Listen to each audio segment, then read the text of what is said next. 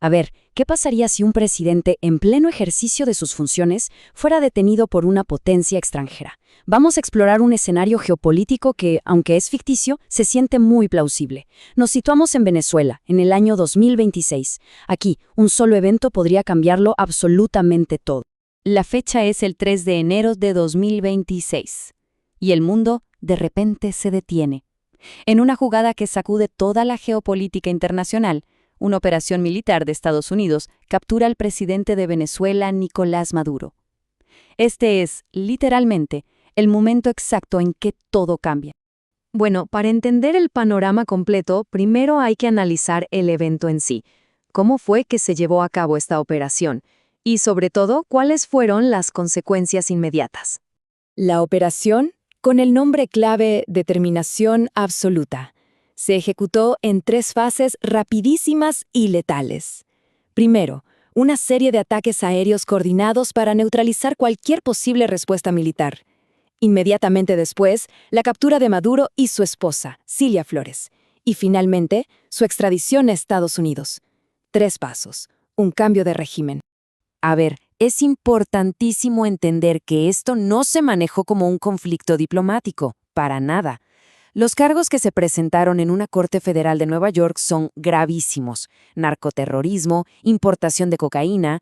Esto lo convierte, a los ojos de la justicia estadounidense, en un caso de crimen organizado transnacional.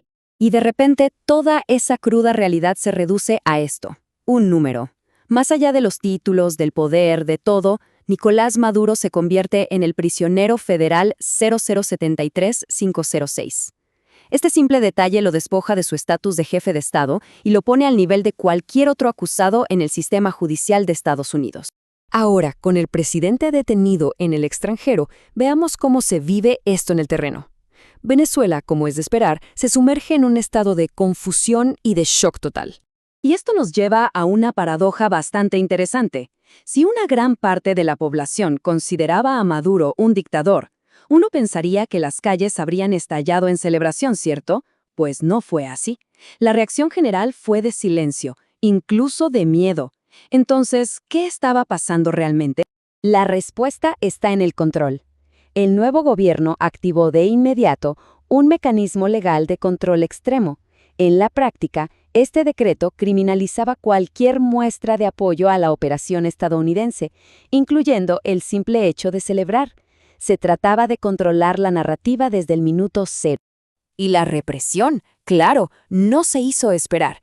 No eran amenazas vacías. Una pareja de personas mayores, unos jóvenes celebrando en una moto, gente que publicó algo en TikTok, todos fueron detenidos. El mensaje del nuevo poder era clarísimo: celebrar estaba prohibido. La siguiente pieza de este rompecabezas es crucial. Un vacío de poder es algo muy peligroso, así que la pregunta es obvia: ¿quién tomó las riendas del país en medio de toda esta crisis? Aquí está la jugada maestra, la clave para mantenerse en el poder: un tecnicismo constitucional. La ausencia de Maduro fue declarada temporal, no absoluta. ¿Y cuál es la diferencia? Bueno, es gigantesca. Una ausencia absoluta habría forzado a convocar elecciones en 30 días. En cambio, una temporal permite a la vicepresidenta asumir el control sin ese requisito, consolidando el poder sin tener que pasar por las urnas. Y así es como Delcy Rodríguez se convierte en la nueva presidenta. No por elección popular, sino gracias a una interpretación judicial que convenientemente le otorga el poder sin la presión de tener que convocar elecciones. Bien, ahora cambiemos el foco hacia el actor externo que provocó todo esto. ¿Cuáles eran las verdaderas intenciones de Estados Unidos una vez que ejecutó la operación? La declaración del presidente Trump fue increíblemente directa. No se anduvo con rodeos. No se trataba de una simple ayuda, sino de, y cito, dirigir el país. Es una afirmación de control total. Un plan para administrar activamente la transición de Venezuela, asumiendo un rol de tutela casi colonial. Y la respuesta desde Caracas es aún más sorprendente. En lugar de una condena por la invasión y, bueno, el secuestro de su predecesor, la nueva presidenta extiende una invitación a la cooperación. Esto no es solo un realineamiento, Es una aceptación inmediata de un nuevo rol subordinado a Washington. El plan de Washington se despliega en 3 fases. Y ojo con el orden. Primero, estabilización y control. Segundo, recuperación económica.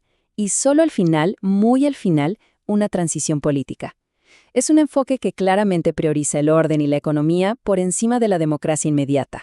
El motor de todo el plan es, por supuesto, el petróleo. El objetivo inmediato es asegurar millones y millones de barriles. Y la frase clave aquí es para el beneficio del pueblo de Venezuela y de los Estados Unidos. Una frase que deja muy clara la profunda implicación económica estadounidense en el futuro del país.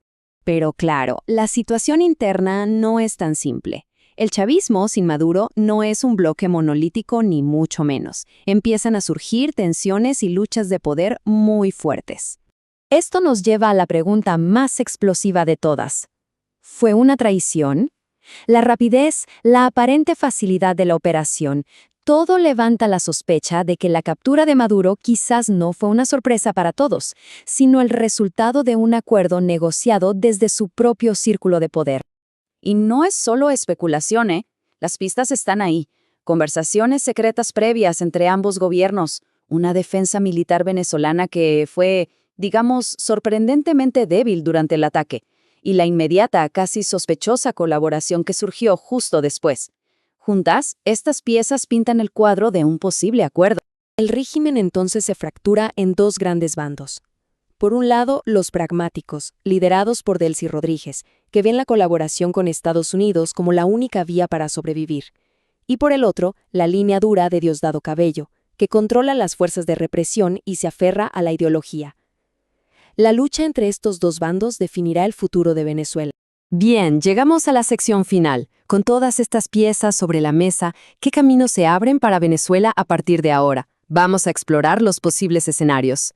El futuro de Venezuela parece bifurcarse en 3 caminos posibles. El primero, una especie de estabilidad autoritaria, donde la economía mejora, sí, pero a cambio de libertades.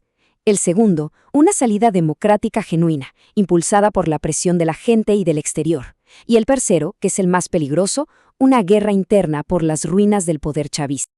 Y aquí está la conclusión más importante de todo este análisis. Nada está escrito. La detención del presidente fue solo el primer capítulo.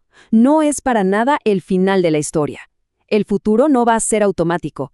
Va a depender de decisiones, de presiones y, en última instancia, de la capacidad de la sociedad venezolana para tomar las riendas de su propio destino.